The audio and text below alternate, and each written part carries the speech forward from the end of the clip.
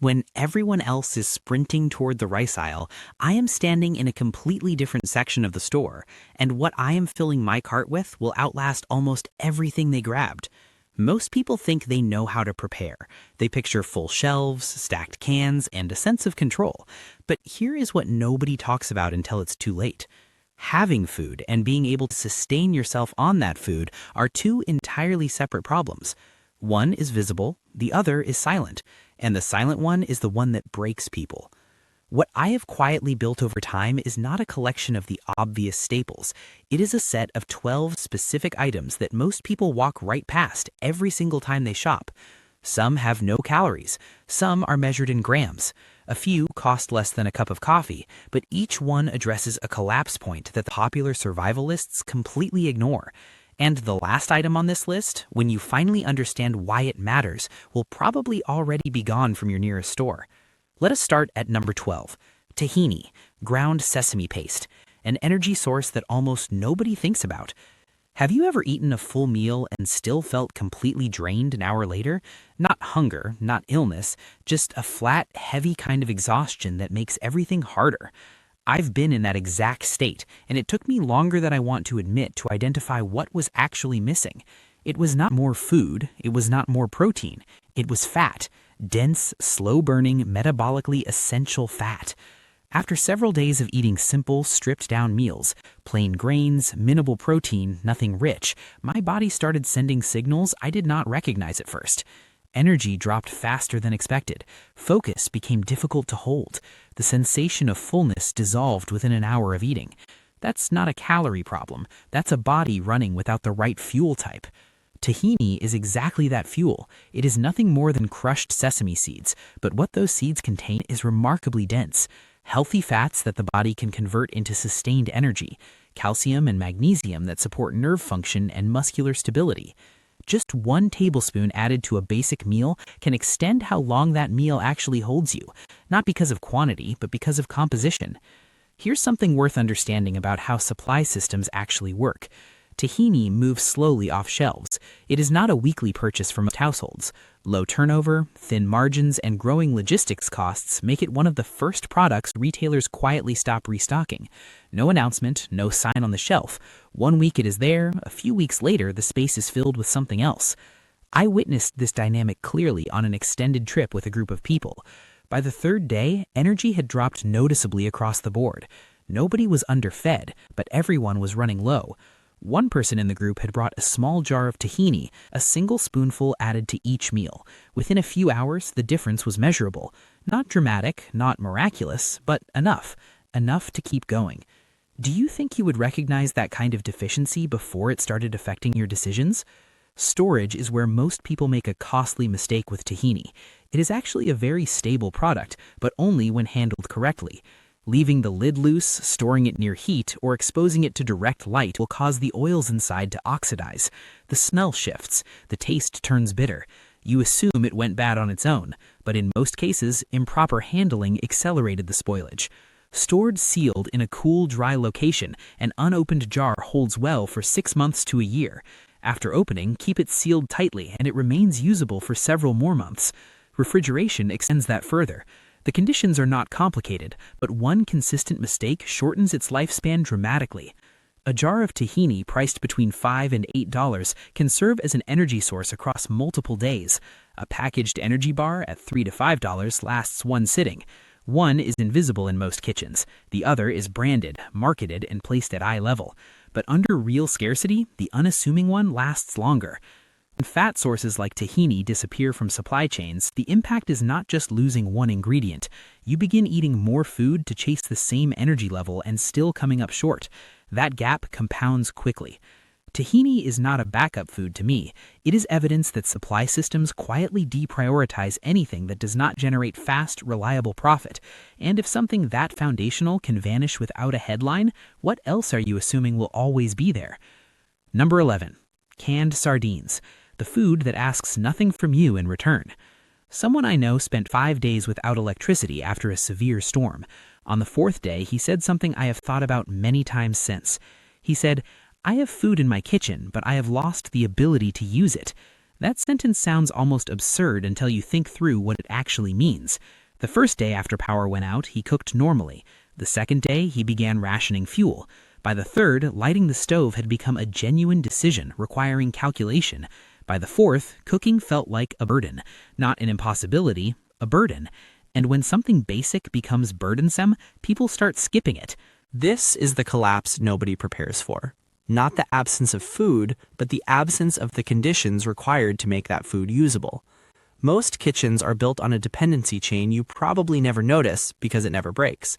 You need electricity or gas or running water or a heat source or energy to stand and prepare a meal. When a single link in that chain is gone, the whole system stalls. Sardines completely bypass that chain. Open the can, eat. That is the entire process. Each small can delivers complete protein, healthy fats, and clarity and stress recovery. Under pressure, when the omega-3 fatty acids that support cardiovascular function, cognitive body needs stable fuel, and the mind needs to stay sharp, those nutrients are not minor. They are structural. And they require zero preparation time, zero equipment, zero fuel. A standard meal takes 20 to 30 minutes, a functioning stove, and the energy to prepare it. One can of sardines takes 10 seconds and depends on nothing. There is a pattern worth recognizing here. When you are exhausted, you cook less. When you cook less, you eat less. When you eat less, your energy drops. When your energy drops, your decision-making degrades. One step triggers the next. It is a slow spiral that begins with something as small as not wanting to light the stove. What makes sardines particularly reliable in a disrupted environment is the very thing that makes them unpopular in normal conditions: the smell, the texture, the fact they are not appealing to most people. Because of that, they are not fought over when shelves start emptying. One can costs between $1 and $3 and carries a shelf life of 3 to 5 years. No refrigeration required, no special conditions needed, just a cool, dry space. One important rule: if a can is swollen, deeply dented, or emits an unusual smell when opened, discard it immediately. That is not a minor issue, that is a safety concern. Do not negotiate with it. The real insight with sardines is this: you can stock a kitchen completely full of ingredients and still have almost nothing you can eat the moment your infrastructure fails. The percentage of truly ready-to-eat food in most homes is far smaller than people realize. Are you sure what you have stored can actually be used the moment your system stops cooperating? Number 9. Raw honey. Preserved energy with no expiration. There is almost no other food with a shelf life that can genuinely be described as indefinite. Honey, when kept sealed and free from moisture, does not expire. Archaeologists have found honey in ancient tombs, still intact, still consumable. That is not marketing language, that is a chemical property. The extremely low water content, the naturally acidic pH, and the naturally antimicrobial compounds in honey create an environment where bacterial growth simply cannot establish itself. Under stress, the body's demand for fast, available energy increases significantly. Honey provides glucose and fructose in a ratio the body can absorb quickly and efficiently. A small amount added to any bland food or warm liquid delivers an immediate energy response, not the artificial spike of processed sugar, a clean, usable fuel source. But honey also has a behavioral value that is harder to quantify. After days of eating the same stripped-down meals, taste becomes emotionally significant. A small amount of sweetness does not just improve flavor, it activates reward pathways that help maintain the motivation to eat consistently. When eating feels like a mechanical obligation rather than something your body actually wants, the risk of skipping meals grows. Honey counteracts that erosion. The storage principle is straightforward. Keep it in an airtight glass or food-grade container. Keep it away from moisture. Keep it at room temperature. If it crystallizes, that is not spoilage. It is a natural process that reverses when the container is gently warmed. Do not microwave it, do not expose it to direct heat, and do not introduce any water into the container. Those are the only real risks. Raw honey also carries naturally occurring enzymes and antimicrobial properties that pasteurized versions lose during processing.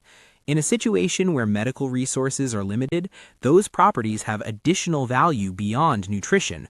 Small wounds, irritated throats, digestive discomfort. Honey has been used for these purposes for thousands of years in multiple distinct cultures. One jar of quality raw honey costs between $10 and $20 and can remain viable for years without any special conditions. The value packed into that single jar across nutrition, behavioral support, and practical use is disproportionate to its cost and size. Number 8. Apple cider vinegar, the invisible stabilizer. This is not a food most people think about in the context of emergency preparation, but the people who have lived through extended disruptions without medical access tend to have a very different perspective on it. Apple cider vinegar does several things that become increasingly significant when external support systems are unavailable. It supports digestive function during rapid dietary shifts. When you suddenly change what you're eating, more processed food, fewer fresh vegetables, altered protein sources, the digestive system often reacts poorly. Bloating, discomfort, inconsistent function, these are not emergencies in isolation, but over multiple days they wear on the body and erode the energy needed for other things.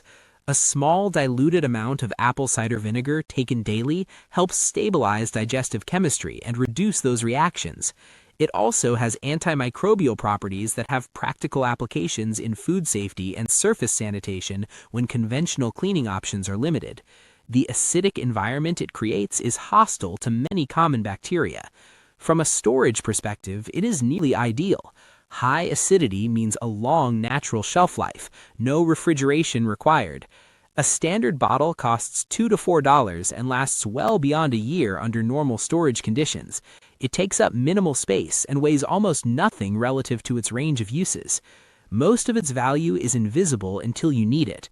That invisibility is also why it almost never appears on standard preparedness lists. But when digestive disruption starts compounding alongside everything else that becomes difficult during a prolonged disruption, having something simple and effective to manage it shifts the situation meaningfully. Number 7. Nutritional yeast, flavor and function in the same container. One of the least discussed consequences of extended food disruption is not physical, it's psychological.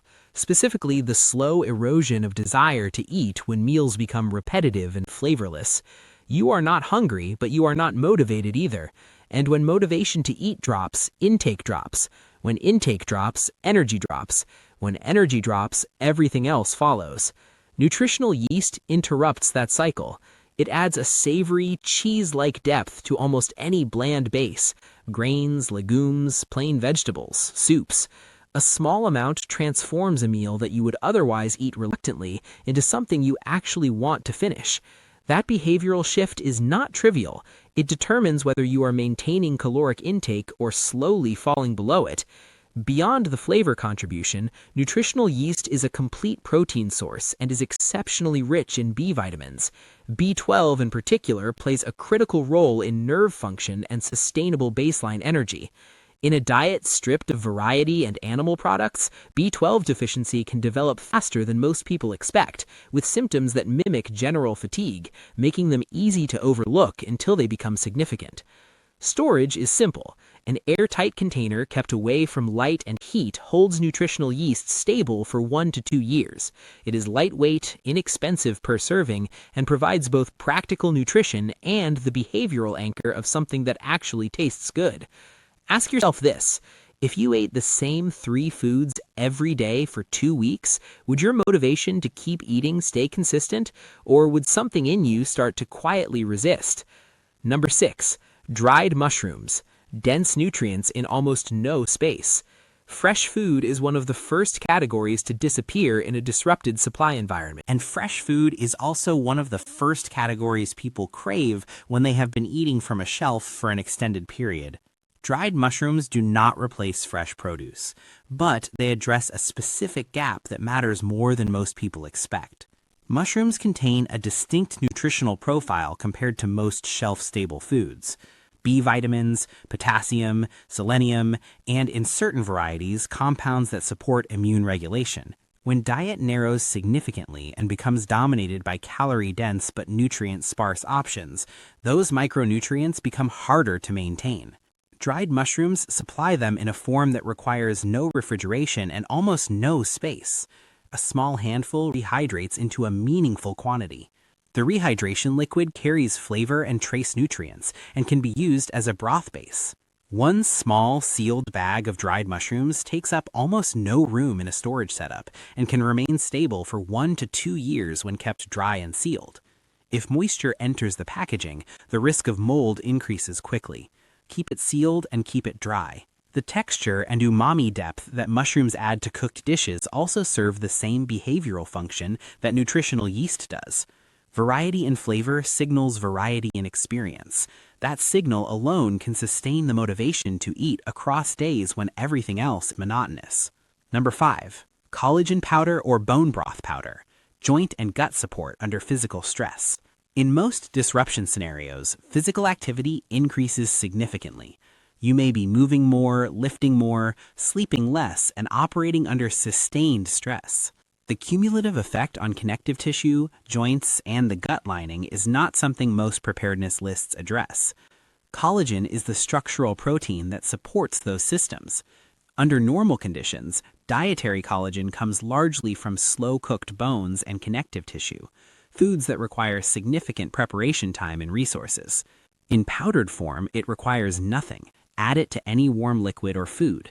It is flavorless, it dissolves completely, and it supplies glycine, proline, and hydroxyproline, the amino acid components that support tissue repair and gut barrier integrity. A compromised gut lining under dietary stress leads to increased inflammation, impaired nutrient absorption, and systemic fatigue that compounds everything else. Addressing it proactively is far easier than managing the consequences after the fact. Powdered collagen or bone broth stores easily for 1 to 2 years when sealed and kept dry. A single container provides many servings. The cost is moderate and the application requires nothing more than stirring it into something warm. Under conditions of increased physical strain and dietary disruption, this is one of the most overlooked forms of structural support available. Number 3. Dried seaweed. Silent micronutrients with a long shelf life. There is a category of physical decline that does not announce itself clearly. You are eating, you are functioning, but over days and weeks, something shifts. Response is slow, fatigue arrives earlier, cold sets in faster, concentration becomes harder to hold without an obvious cause. This is not a calorie deficiency, it is a micronutrient deficiency. Specifically, the kind that accumulates gradually and only becomes recognizable when it has been sustained long enough to produce measurable effects. Iodine is one of the most critical trace minerals in this category. It regulates thyroid function, which governs metabolic rate, temperature regulation, and cognitive clarity.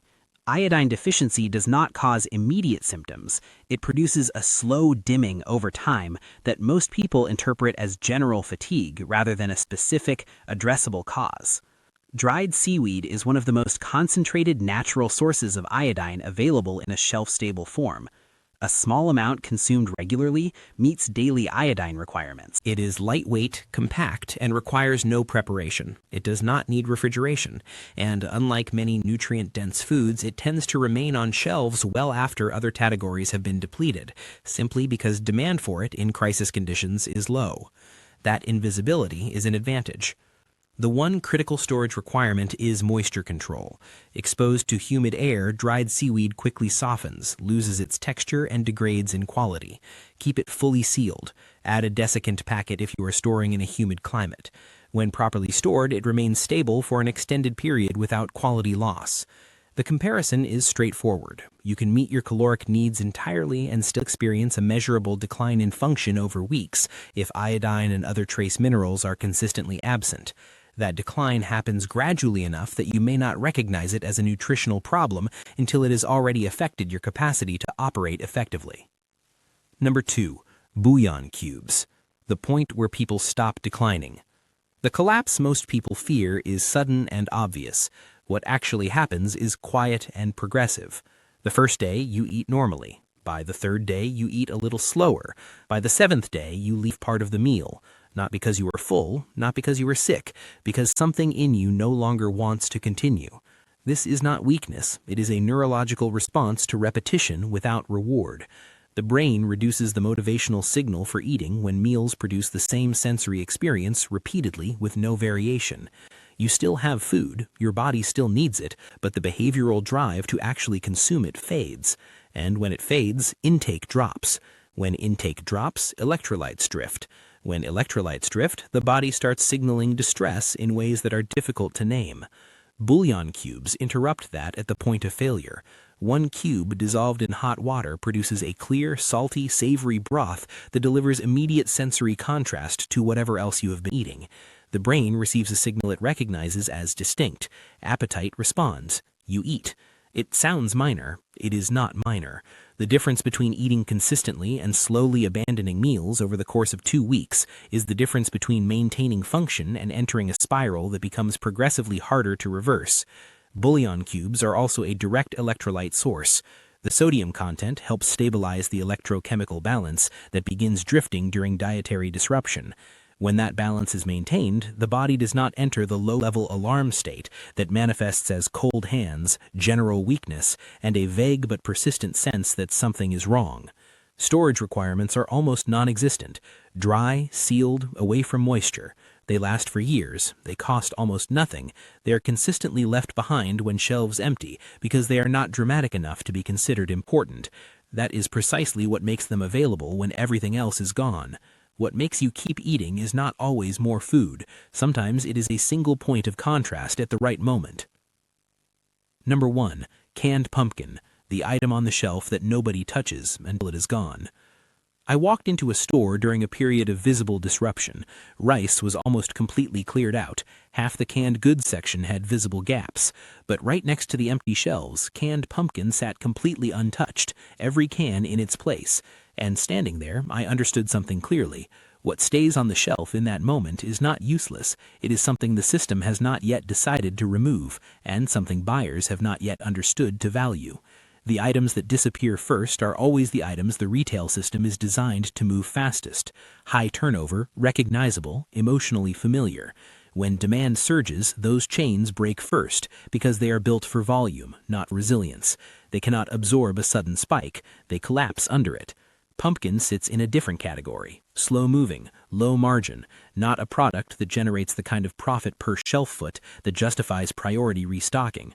Which means when supply chains tighten and logistics costs rise and each meter of shelf space has to justify its existence financially, pumpkin is one of the first things that quietly stops being reordered. No sign, no announcement, just gradually fewer cans each week until the section disappears entirely. But its real value in an extended disruption scenario is behavioral, not nutritional.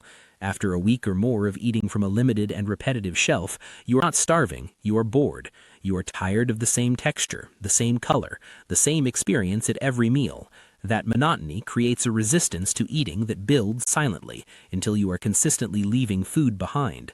Not enough to feel wrong, just enough to slowly erode your reserves and your energy.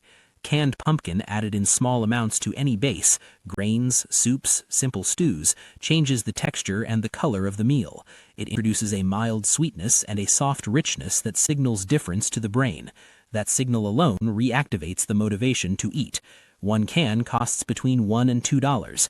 A freeze-dried specialty meal marketed for emergency use costs $12 to $15. Both serve the same behavioral purpose. One is overlooked. One is advertised. Under real scarcity, the advertised one clears out first. The overlooked one remains. When something this inexpensive and this functional disappears from shelves, the consequence is not just losing one food, it is losing the lowest cost option. Every alternative that fills that role costs more. The per meal cost rises, flexibility shrinks, small losses stack into larger ones. I no longer see canned pumpkin as a minor pantry item. It is an indicator. When that can disappears, something in the system has made a quiet decision about what is worth keeping available. And if something this simple and this cheap and this useful can be silently phased out, then you should be asking yourself which other everyday items are already on that same list. Here is what connects every single item on this list. None of them are what people reach for first. None of them are what the system prioritizes. All of them address a specific, real, compounding failure point that the obvious options leave unaddressed. The body does not collapse from one large absence, it slips from 12 small ones. You can have a full kitchen and still lose strength after 3 days. You can have plenty of calories and still lose the motivation to eat them. You can have water and still become dehydrated.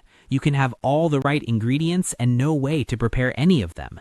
The question was never how much do you have? The question has always been, do you understand what is actually keeping you stable? Because the system will not tell you. It will quietly remove the important things one by one and replace them with whatever generates more profit and more turnover. And by the time you notice a gap, the gap is usually already too wide to fill quickly. If this gave you something worth thinking about, take a moment to like the video and share it with someone who thinks they are already prepared. This is my channel. We keep covering what most people are still overlooking, because the ones who last longest are never the ones with the most. They are the ones who understand the most accurately. What on this list did you think was least important before today?